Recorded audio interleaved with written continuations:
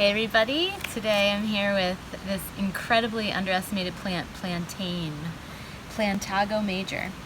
The roots are straight and hard to dig out of lawns. Really what we use is the above ground parts. And you'll find that it is a perennial, and it's often found in the places where we walk and compress the soil the most. I mean, you can kind of tell I'm just sitting right here in this little walkway area. It's just sand, and it's not really very fancy, just like plantain itself, but it really likes compressed soil. And what we find is that usually we can see the basal rosette from which it arises, and this one has recently been weed whacked. We're not going to see that protruding stalk that has tiny little yellow or purple flowers on it, really tiny. Often we'll just notice the pollen from it, but this is a plant that is so familiar. The macerated leaves, the fresh macerated leaves, which it's pretty easy to ask the plant if we can use this. Even this is just a huge plantain leaf. Could I use just a little bit of you? And then this is pretty dirty, but a little dirt won't hurt.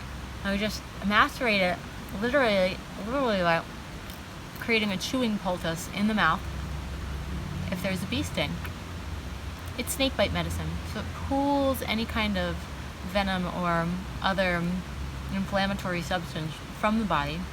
And then it's really fun for kids. It's the one time you can spit in school, right?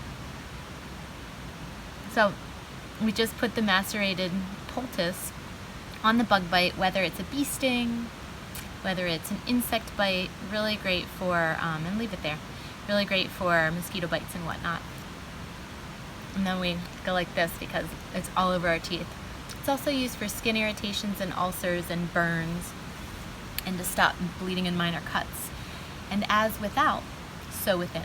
So if one has a need for a vulnerary action internally, you can make a tea out of the plantain, or you can chew 1 to 3 fresh leaves per day, and it will act as a soothing healer to any internal wounds. If we see our body as a donut, this is the outside, and the inside goes from mouth all the way through to anus. It will help with anything from leaky gut to ulcers to a burned throat from too hot pizza cheese.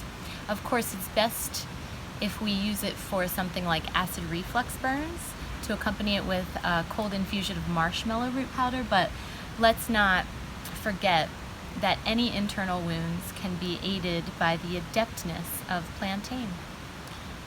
Plantain's like the weediest weed, and it's often so easy to overlook these commoners as a potent medicine.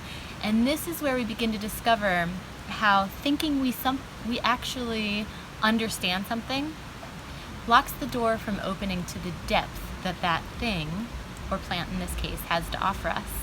So here's to plantain. May we open our minds to things we already think we know so much about.